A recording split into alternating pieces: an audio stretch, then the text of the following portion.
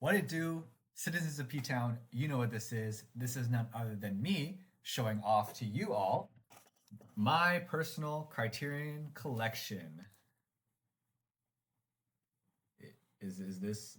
Oh wow, sun getting a little crazy here. This is it right here. This is the Criterion, my Criterion Collection. Get a good look at it. It's not much. It's not a lot, but I am a huge fan of Criterion Collection.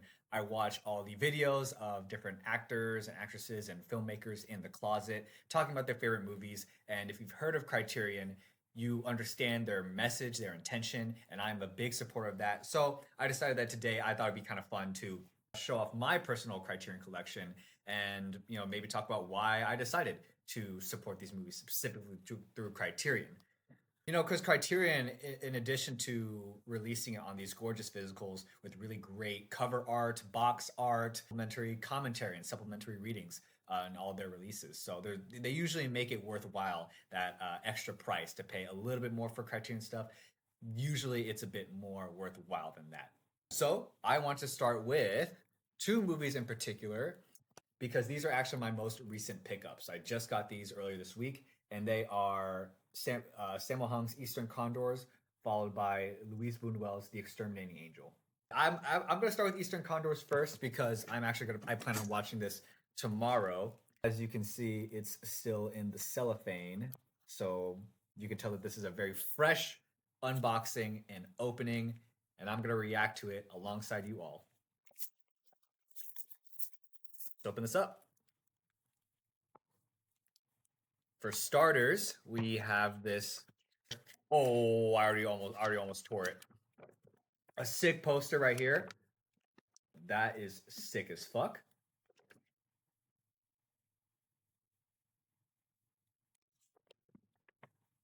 Right, so this is a pretty well-written article, a well-written excerpt by Sean Gilman, a film critic, and it pretty much documents Sammo Hung and his underrated influence in the genre. When it comes to the West, most people can name Bruce Lee, Jackie Chan, or Jet Li when it comes to martial arts stars.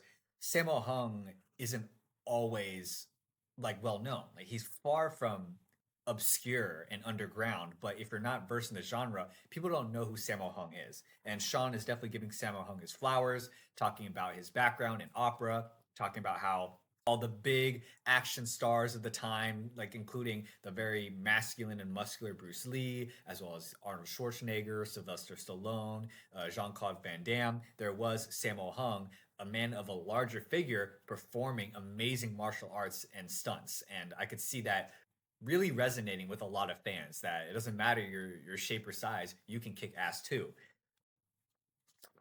And I'm happily discovering that Corey Yun is in this film. Now, Corey Yun is another amazing Hong Kong action filmmaker. Oh, and I see Yun Bao. Right there. Yun Bao. Come on. Come on. That is sick. This is sick. This is why I support Criterion Collection. So yeah, Eastern Condors. Very excited to watch it. As of recording this video, I'm watching this tomorrow, and I'm so hyped. Next up, we have Louise Buñuel's The Exterminating Angel.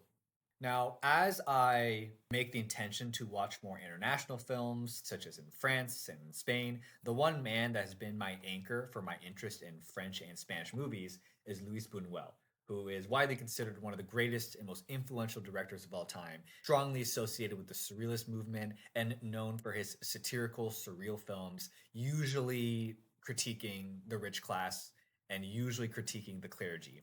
Buñuel, to me, is one of the most compelling directors ever because not only of his style and his understanding of dreams and values and primal desires, but then also how he lived essentially multiple careers. He always had a career in film. His filmmaking career is divided into two specific parts, or I guess maybe even three. There was initially his first handful of films in his late 20s, early 30s that was associated with the Surrealist movement.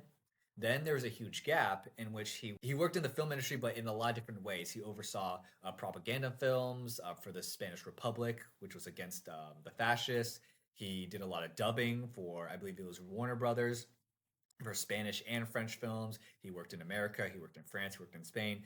And then in his late 40s, in his 50s, he had his second run as a filmmaker in which he made films usually in Spain and occasionally in Mexico. That was then followed from the 60s to the 70s with his more unconventional satirical surreal films across Spain, Mexico, and France. To me, he is just such a compelling director with a very interesting, unique filmography. And as of right now, The Exterminating Angel is the one that I'm the most excited about watching for the first time, which is why I supported this release.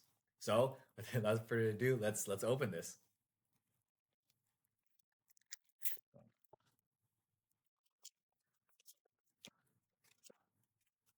Okay, so it looks like this pamphlet is an essay by Marcia Kinder, followed by Luis Buñuel's reaction to The Exterminating Angel.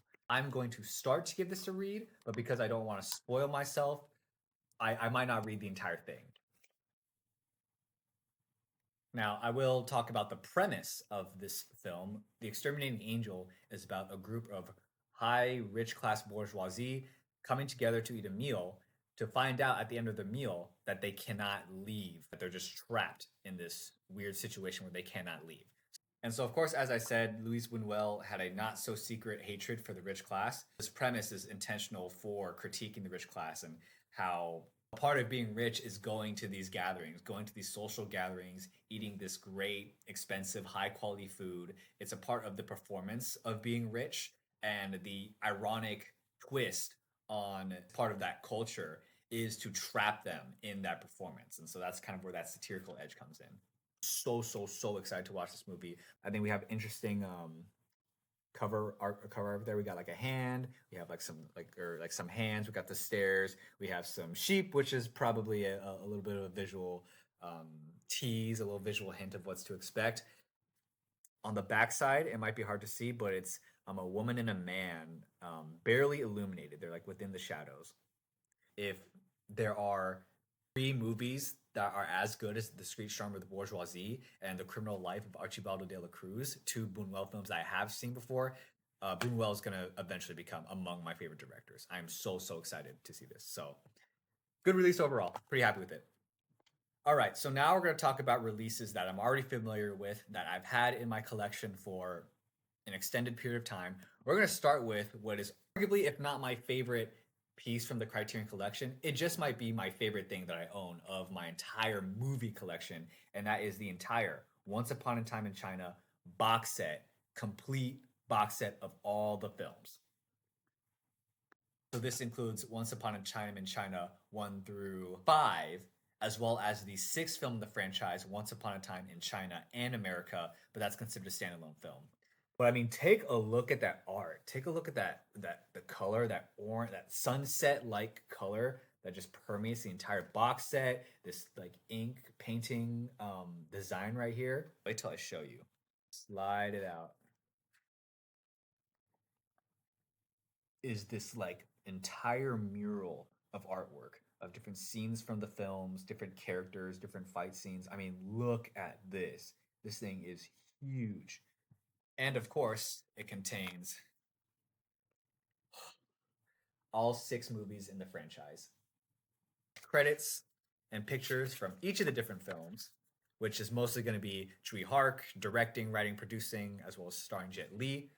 Towards the end, it does have a little essay from Maggie Lee talking about this franchise. This is one of the most influential wuxia franchises of all time. It has made its place in the deep martial arts film genre. The franchise itself also kind of contemplates China and its place in the world. Country's influence on China, China's influence on everywhere else. There's themes about, martial arts versus guns. There's themes about nationalism, as well as some pretty fun, bombastic action and a little bit of goofy moments too. If we're talking artwork and just overall design, this is my favorite Criterion Collection piece.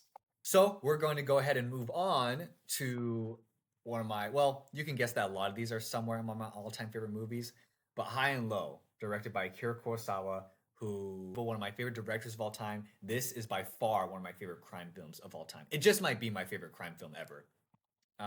Pretty cool cover art and a very dense pamphlet right here full of interviews with on set with Kurosawa, talking about stories on set and how he filmed this, as well as a couple extensive essays regarding the film grammar of this film. High and Low has one of the best uses of blocking and framing that I've ever seen in a movie. If you were to just turn off the audio and the subtitles for this film and just watch it completely silent, you would still understand what this movie is about based on the orientation of the characters, how much they take up the screen, where characters are at certain times, the way that Kurosawa guides your eye and throughout the scene, distance and heights. One of the most fantastic movies that I've ever seen. And as far as the Criterion release, it's pretty good. But if you just want a good watch about what film grammar is all about, this is pretty good. Okay, next up, another one of my favorite releases on Criterion Collection, Jackie Chan, Police Story 1 and 2. Now, if you were to ask me what are my favorite movie franchises, I would consider the Police Story franchise somewhere among my top 10, probably top 5, because not just the first two, four, one through four are amazing action movies. So this is without a doubt one of my favorite action film franchises of all time. I'm pretty convinced that the reason why they only did the first two is because the first two Police Story movies Jackie Chan directed. And they're both really great. The first one being arguably my favorite action film of all time, right behind Enter the Dragon. Police Story 3 and 4, Super Cop, and First Strike were directed by Stanley Tong. I feel like for Criterion, they wanted to do a Jackie Chan filmmaker showcase, so these two films were directed by him. So, in a similar vein to Eastern Condors, this has a poster with a backside of an essay talking about the films. So, I like that touch. I mean, for martial art films, I like that focus. But man, is this like artwork cool?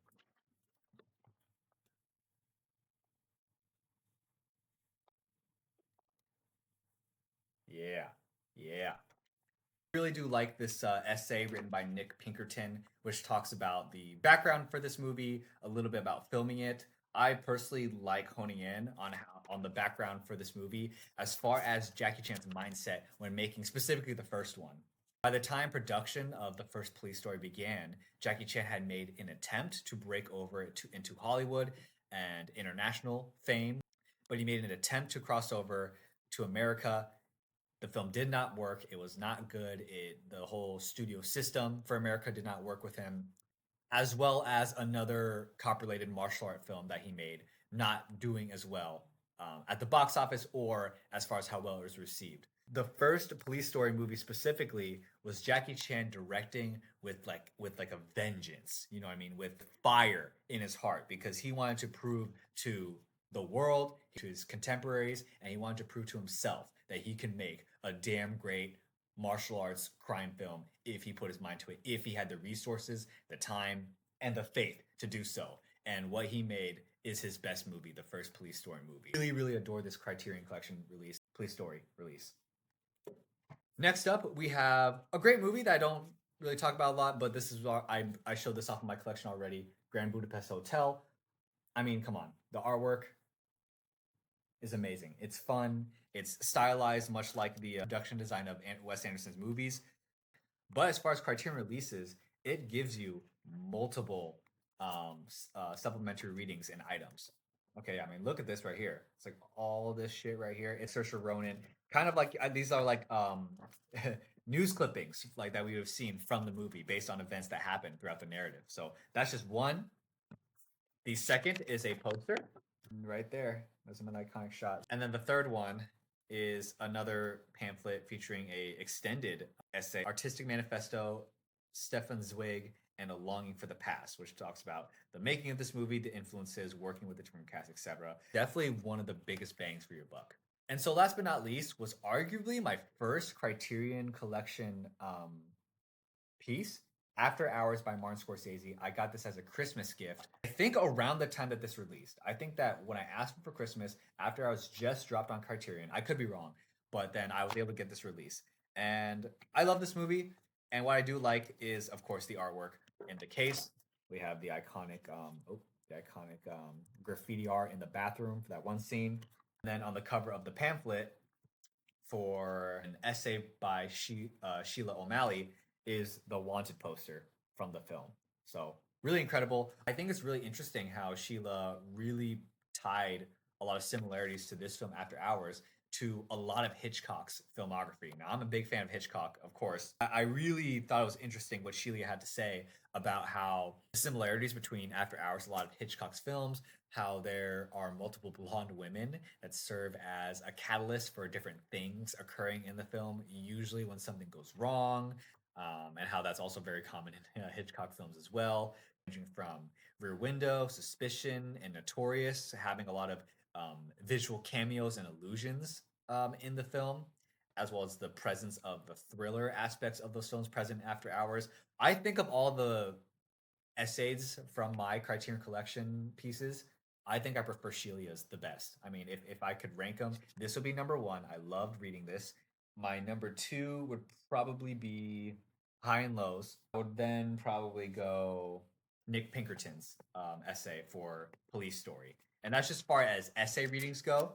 As far as design and art, it is no contest. It is a wash. It is Once Upon a Time in China, for sure. Of course, I do love the effort from Grand Budapest Hotel. So yeah, that's my Criterion Collection. Let me know what you think about my Criterion Collection. Anything missing that I should have added to my collection? Something that you're surprised I haven't added yet? What's your favorite Criterion Collection releases, if you have any? What are you picking up? Yeah, so that's pretty much it for the chill video. Thank you all for watching, and I'll catch y'all later.